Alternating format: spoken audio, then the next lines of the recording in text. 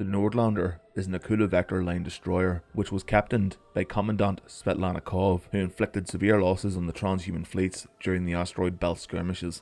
The Asteroid Belt skirmishes, which lasted for 12 years towards the end of the Great Solar War, saw a total of 1,400 PCF fleets square off against transhuman fleets during said skirmishes in an attempt to push them out of the belt once and for all. However, during these battles, the PCF lost overwhelmingly, but in the final weeks of the skirmishes, Commandant Cobb personally led a 42-ship fleet against thousands of transhuman ships. Instead of attacking outright, Cobb powered down her entire fleet and drifted toward the main enemy command flotilla, using battlefield debris as cover to launch a vicious assault. This hugely risky maneuver ultimately paid off, forcing the transhuman fleets out of the asteroid belt and ending the costly stalemate.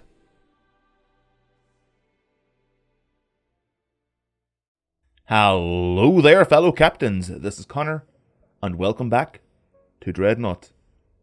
We're having ourselves a bit of a wintry, festive type game today, because we are playing the brand new Tier 3 Akula Vector hero ship, the Nordlander. And oh my, is that an attractive looking ship? That doesn't sound weird at all, but I don't care if it does, because look at that ship, look at that eagle figurehead, look at that, that is gorgeous. The whole colour scheme of the ship isn't too out there. It's just aesthetically pleasing. It looks as if, a real paint colour scheme a space vessel would have. I mean, I'm not against, some of these paint schemes in the game, or colour schemes, paint jobs, whatever you want to call them, that are really colourful and bright, because honestly, they make a lot of ships pop, stick out, look pretty damn cool. But I'm more into the game for immersion than anything else, and I like to think that this is what an actual destroyer would look like if I were playing a campaign in Dreadnought. I mean, this ship itself in the lore was commanded by Commandant Svetlana Kov, and, well, she did a lot of great things. I'm guessing it would be better if we were to see what she's done than just be told. But, yeah, unfortunately, no single-player aspect to Dreadnought. I'd really like to see some missions be implemented. I mean, I made a video recently about what I'd like to see implemented, but the missions, the more I think about it, would be what I'd like the most. But anyway, here we are. Now, this ship is all about close quarters combat. Goliath Torpedo as our main module, Weapon Breaker as our secondary, Scrambler Pulse, and then Module Reboot. Sorry, I don't remember what the officer briefings are. This is my first game in the Nordlander. But, yeah. I like it. You can tell a lot about how a ship is supposed to play, or how the developers feel a ship should be played, from what modules or even officer briefings they give the ship. For example, the Goliath Torpedo is a torpedo, and torpedoes in Dreadnought are fairly close range. Some have greater range than others, but for the most part they're close range weapons, and the Goliath is a nuclear warhead, so it has a massive area of effect. Or I say massive, but a larger area of effect over most other ordnance in the game. So I, prior to this battle, never thought about going main module torpedo. I didn't. I'm an idiot. People have recommended it to me. I just feel dirty. I don't know why. Torpedoes to me always feel slow and more of a hassle. But in this game, no, they're not the same as they would be in other games, or just games in general. I like it in this. Goliath Torpedo does me well. And just before we get any further into the video, I just want to give a shout out to two players on my team. I believe they might be two of the only human players on my side. We have Darklight and Panzer. I'd like to thank Darklight for staying on my ass and giving me nothing but constant healing support. He is the only reason I do so well in this game. And then I have long range support from Panzer. Panzer, I believe, is new to Dreadnought, or at least from what I gathered in the chat. He is currently working his way towards the destroyer line, so all the best to Panzer, and thank you very much to both. Long range support from Panzer there, and healing support from Darklight. Now there's an enemy player ship, True NGX. Now because this is only a tier 3 match, we've only got, I think, 3 players either side, with the rest of the complement being made up with bots. That's something you'll have to come to expect if you play at the lower tiers. Recently, it hasn't been as bad. I say this a lot because people are always asking me in the comment sections how many people are currently playing Dreadnought. It depends. It changes daily and monthly and weekly. Recently, it's been up by quite a bit, 30 to 40% since November, I believe, and it really depends on the time of day you play.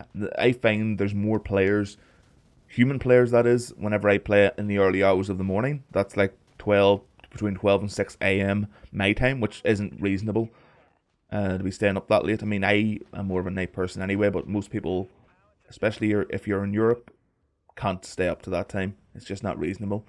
But yeah, there's a lot of US players that jump on around that time. Quite a few clan members of the UNYU clan, which honestly I'm terrified. I like playing Dreadnought. I like playing it when there's more people online. But whenever I come on at that time in the morning and I see you've been matched against 3 UNU clan members, it's pointless even trying to fight back. It really is. So you can see we're doing fairly well here. We wouldn't be doing nowhere near as well as we are if it wasn't for Darklight. But regardless, I'm going to get a sneaky kill. And look, oh, somebody else almost got the kill. But that sneaky little Goliath torpedo ended him before he had a chance to take it. No bots are taking my kills. We have an enemy Dreadnought on scope, as well as the enemy command ship. This shouldn't be too difficult. Goliath torpedo out. It'll cause... Oh, if you see down at the bottom left beside the cliff, there's another enemy Dreadnought poking its nose out. Looks like an enemy Corvette as well, just jumped in. But we got this. Enemy command ship is almost down, but we'll focus fire on old Thomas. There, the enemy bot. Look at that, do you see that bomb catapult? Oh, that just wrecked his shit. Now the command ship is going down, and I see a little dirty tactical trying to provide some support there. Power into the shields. Reduce incoming damage. Some missiles have been launched at us. They're too little, too late. I don't have anything to really deter missiles apart from my shields, but energy is a bit of a sore spot at the moment. Taking this guy with their flax. I love flak turrets. I love them. There's many other secondary defensive armaments to choose from in this game. Flaks are the best, by far. Whenever I play the Monarch, I would be, sometimes, I want to use the mortars. I want to use the mortar defensive guns as a secondary, just to mix it up. I play one game with the mortars, I go back to the flaks because I instantly regret it. Back to the flaks or back to the repeaters. I suppose now because the Monarch's main ballistic batteries have been fixed, it makes more sense to go with the flaks for close quarters. But anyway, we're winning 135 to 72. So we've got a handy lead here. Let me see. Yeah, a couple of assault ships, but no enemies in sight. Now there are a couple around that corner, around the back of that refinery or whatever that facility is supposed to be on our left. But the assault ships are ganging up, and alone they're really not much of a problem. In groups, they're really not much of a bother, but it's better to be taking care of them anyway. All they need to do is 5% in total damage to you, and all you need is an enemy player or an enemy ship to deal you other 95%, and they'll have killed you. So it's worth taking them out. Now we're going after the enemy artillery cruiser again, true NGX. There goes the Goliath. As soon as that detonates, his day is ended. Oh no, he's not. Oh, he survived it.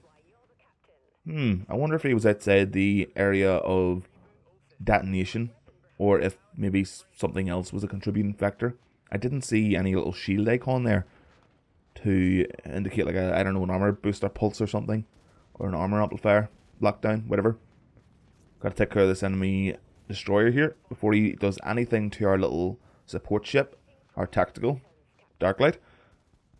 But it's only a bot, so he's not smart enough to differentiate between a destroyer and a tactical, or which one's the more strategic target, strategically sound target. I'll cookie down there in the enemy tactical. I need to take him out. Goliath torpedo is on route, and he's down. Oh, I love it. See, anytime you launch a nuclear warhead and it lands on target and does exactly what you're expecting it to do, as in kill something just instantly, it's always a good feeling. There's nothing better in this game than nukes and ramming. Nothing. Sorry, Tim. Had to kill you. I mean, your names, they call me Tim. but they called you Tim because you're now dead. Past tense, bro. Past tense. Enemy command ship has jumped in. That's going to be our priority target. We're leading in score 200 to 106, so we've just about doubled their score. But let's get this command ship down to make it even a more handy lead for ourselves. Our team is a bit scattered, although, yeah, as long as I have Darklight with me, I think we'll be fine. We seem to be tanking the majority of the enemy team at the moment. I mean, bots are bots. They're not great in any one thing. What they are good at, I would say, is leading the target because they're bots. A computer's doing it for them. A system, a mathematical equation is doing all the work for them. Whereas we have to use our eyes, our brains. And unfortunately, my brain is not great. My eyes aren't that great either, honestly. I had to take our command ship down, switch to the flax, and it's down. God damn, I love flax.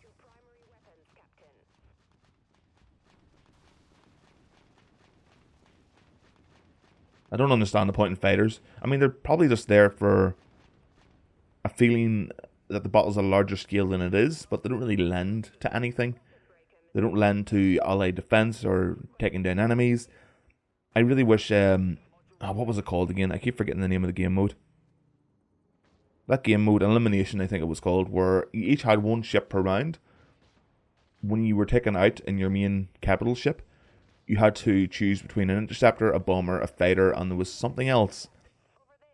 It was some sort of tactical fighter. I can't remember the name, but I want that game mode back, and I have no idea why it was removed. I mean, I have a fair idea. I'm not 100% certain on this, but I know there were a lot of people who didn't like it.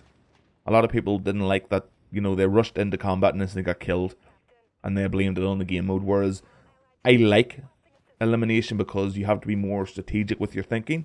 You have to work as a team to actually get the job done. I mean, you jump in as a fleet. In elimination, you have to work as a fleet. Because if you don't, you lose your ship. The more ships lost, mean the higher the chance your team is going to lose outright. And it was always fun getting in a fighter and just racking shit. I got quite a few kills in a fighter, and it was hilarious every time. But we're going to be taken out here. Yeah, we're a little bit too zealous. Got a bit too cocky there going in. Taken out by a couple of enemy artillery cruisers, one of which was a player. But the majority of damage inflicted on my ship was from bots, believe it or not. I mean, they can do stuff. If you're going to sit in the same location long enough, they're obviously going to hit you, which is what I was doing there. Can't rely on Darklight to keep me up through situations like that. Healers aren't as powerful as they used to be. Or sorry, as overpowered as they used to be, which is a good thing. Now they're actually support ships. And there we go. That was a fairly long match for what it was. And the Nordlander's pretty damn fun. I like it a lot. But now, guys, that it's coming up to the winter holiday Christmas period, I would just like to say have a great Christmas this year. Or whatever holiday you will be celebrating, if any. Just have a great month of December. And before I go, I'd like to just point you all in the direction of both my Patreon and my Discord. I have 6 patrons at the moment. Their names are on screen. All of you are awesome, and thank you very much. Trying to get to 20 patrons. My idea is that even a smaller channel on YouTube should be able to succeed if, you know, the channel viewers are able to support them. And that's what's great about Patreon. But besides that, enjoy what you're playing. Have a great Christmas. And of course, like always, we'll see you next time. Bye-bye.